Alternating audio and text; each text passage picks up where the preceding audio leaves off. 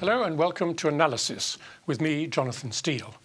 2 weeks ago, Amnesty International published a report, Trigger Happy, documenting the excessive use of force by Israel against ordinary, unarmed Palestinians in the West Bank.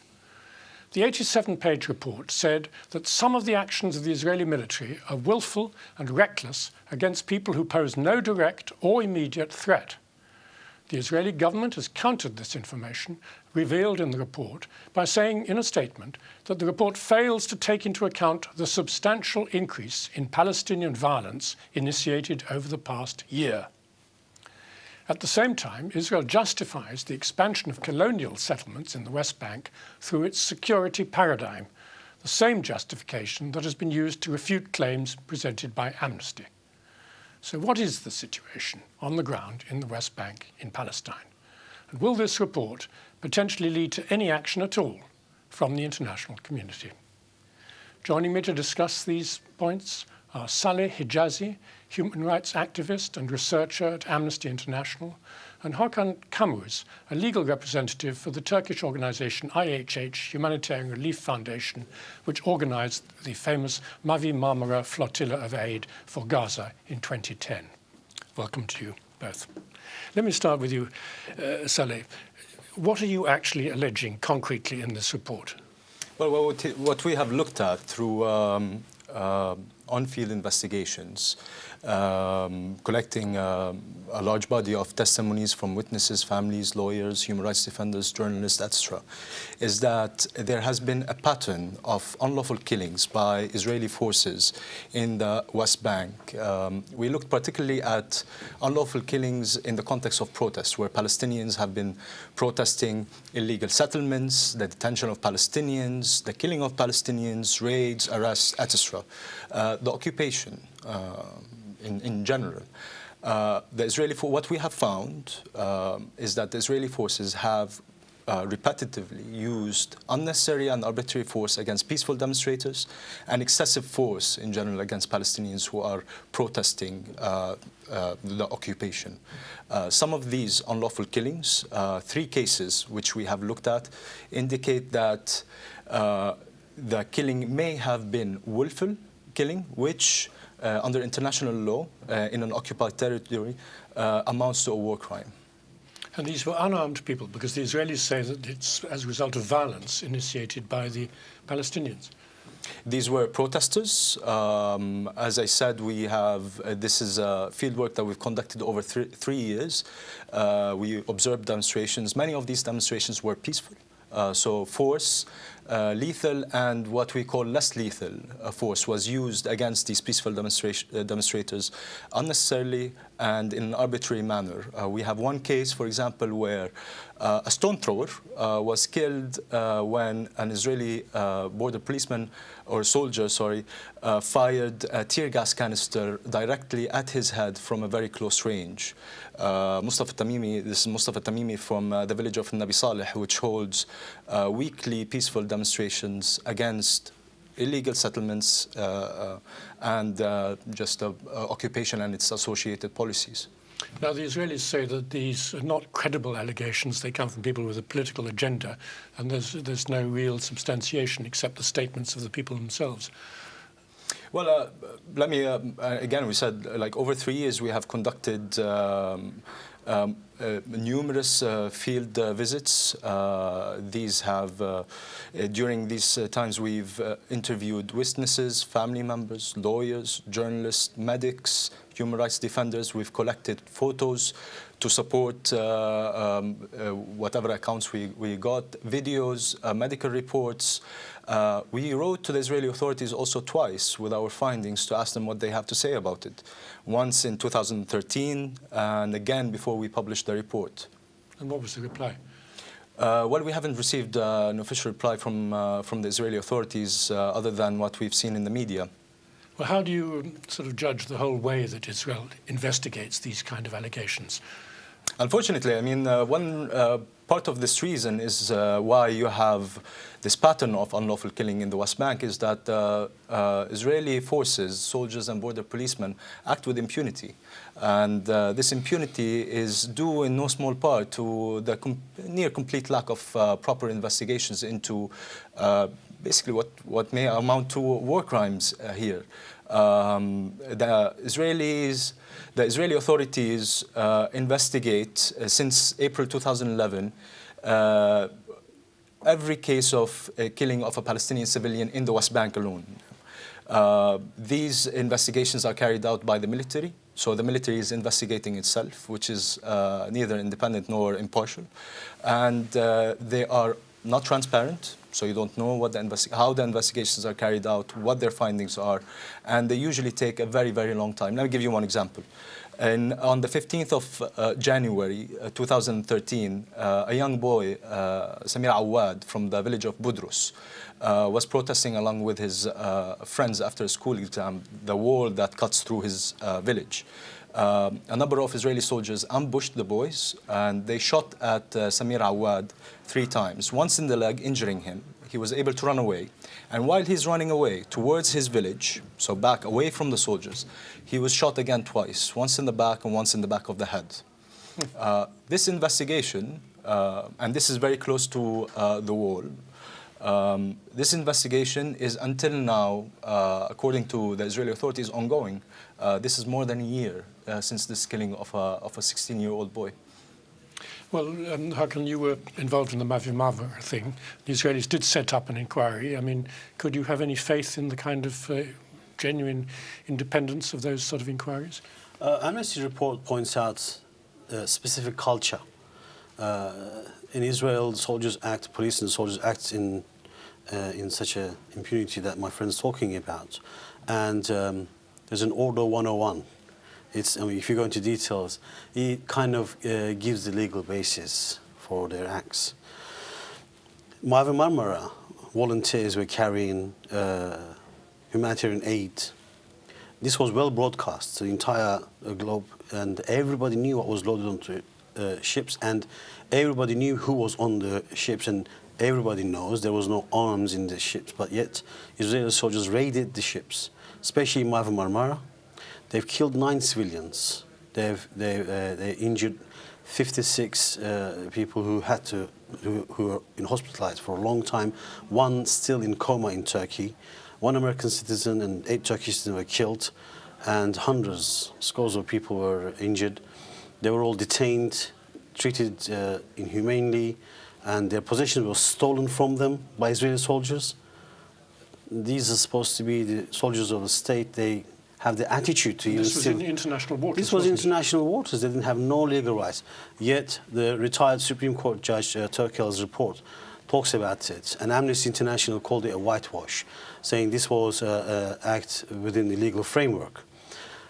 His report, the second report he produced, talked about some recommendations, 18-point recommendations, whereby Israeli state, should it receive any allegations of excessive use of force by Israeli armed forces or the police, there are the way they should investigate what's been done. Recommendations itself are insufficient, and since it's been published in May 2013, 3 years after the Mavi Marmara incident, it's been nearly a year and nothing has been implemented. Amnesty talks about it in their report, and they've been asking the Israeli state for clarification as to whether they're taking any steps to implement these recommendations. No response was given, no reply has been given. It's this attitude of ignoring the entire international community's standards, demands, or international law for that matter. United Nations standards of use of force by the officials. All those standards have been ignored by Israel, and no one says anything to Israel. Classic. Well, let me come on to Saleh on that point. I mean, David Cameron, Prime Minister, is visiting Israel this very week. Do you think he's going to raise these sort of issues with Netanyahu? Well, we do call on David Cameron and anybody, especially the Friends of Israel, European countries and the United States in particular, to make human rights a main and constant topic and issue in their relationship with Israel.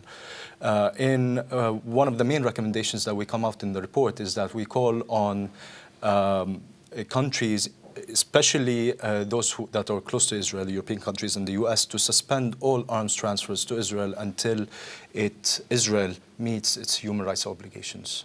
And have you had any response at all from the British government on this point? We have not had any response yet. I mean, we do, the way we work is we issue the report and then we carry out campaigning on the recommendations that we make here. And we do think that without international pressure on Israel, especially from Israel's allies, the Europeans and the Americans, this is vital for Israel to be respecting both human rights law and international humanitarian law in the occupied territories. Which they duly ignore. British government duly ignores because they obviously serve interests of, whoever interests they serve. But the fact remains, these people are being killed almost every day. They already live under severe conditions. Their right to life is taken by these soldiers, and they're not even accountable for it. And we live in an age where this can just go on, and we somehow see all these governments ignore these acts of brutality, and nobody does anything about it. Nobody accounts the perpetrators of these crimes. And then we talk about human rights of everybody else. That's hypocrisy in conduct. What about Turkey? I mean, Turkey did manage to get Netanyahu to make an apology, I believe, for Mavimava. Did anything else happen apart from that? Legal cases are continuing. We're going to start legal cases here in the United Kingdom. We're going to. But how does that use? Well, what's the use of that? Because it was in Turkey. We want to be able to pursue legal avenues here, because there has to be legal challenge to these killings. Even though he apologized, we're not talking about a few $1 million. These people's lives are not valued in dollar terms. These people were brutally killed in cold blood, and perpetrators have to be accounted. They have to be taken to court, and they have to go through the process. It has to be done. Otherwise, we're not seeking justice here. We're not seeking, we're not seeking money. We're seeking justice. Right. So if we don't do this, we're not seeking justice, right? We have to be chasing this legal avenues. Well, this is not, of course, the first report that Amnesty International has done about the conduct of Israeli forces in the West Bank. I mean, have any soldiers or officers been punished for these actions at all? Amnesty International is not aware of any soldier that has been prosecuted for willful killing or murder of a Palestinian in the occupied territories. The highest that any soldier has got was manslaughter, and that was for the killing of a British citizen who was in the occupied territories as an act of solidarity with the Palestinians. Soldiers usually, as I said, because of the near complete lack of investigations, absolute no accountability, get away basically with their misuse of force and their illegal actions and sometimes, as I said, crimes. Rachel Corrie she was killed. Do you remember American activists? Yes. Nobody counted them for that. Do you remember the Palestinian man who was tied down, his hand was bound behind his back on the floor with his clothes on, police officers around him, and then they eventually take off his clothes, and then all he saw, the next picture of it was he was shot in the head on the floor, where he was alive literally a minute before. Nobody was accounted for that. These is like killing happening in front of us. Nobody's saying what is it that can be done legally to these people. And that's what this report is talking about, the impunity granted to Israel and its soldiers and police to conduct murders on the streets. That's what it is. Well, there are now these talks between Kerry and the Israelis to try and bring about a peace settlement by the end of April, I think. Do you think there's any chance that they will reach fruition successfully? I don't know how to provide this kind of analysis, but as you say, regardless of any political process, there are things that should remain basically unaffected. And here we're talking precisely about human rights. I mean, the killings of children, unarmed civilians, should not be a bargaining chip or in any way, any part in any political process. The right to life and other human rights should be respected at all times, especially in an occupied territory, where also international humanitarian law applies, and there are special protections for civilians in an occupied territory, especially women and children. We have, in 2013, 4 children who were killed. Since the publishing of the report, 3 unarmed Palestinians were killed. This should immediately stop, regardless of any process. Well, I mean, it sends a signal, though. The fact that there's no action by the Israeli authorities doesn't send a very good signal about how serious they are about bringing justice or even peace to West Bank. Unfortunately, I agree. I totally agree with you. I mean, since well, on the day of when the Amnesty report was published, a young man was killed in the West Bank in Ramallah. Since then, 2 more in the West Bank, and 1 woman in Gaza, plus others. Well, I think we're talking about Israeli soldiers who post pictures of them killing civilians, Palestinian civilians, and then they post the pictures of it on Facebook. Do you remember this was the incident last year, where they had so much relaxed attitude about killing Muslims, Palestinians in there, and then somehow feel okay to put the pictures of what they do on their Facebook pages. Well, and it was a female soldier of, you know, this what kind of makes it more remarkable, that they actually have this attitude about them.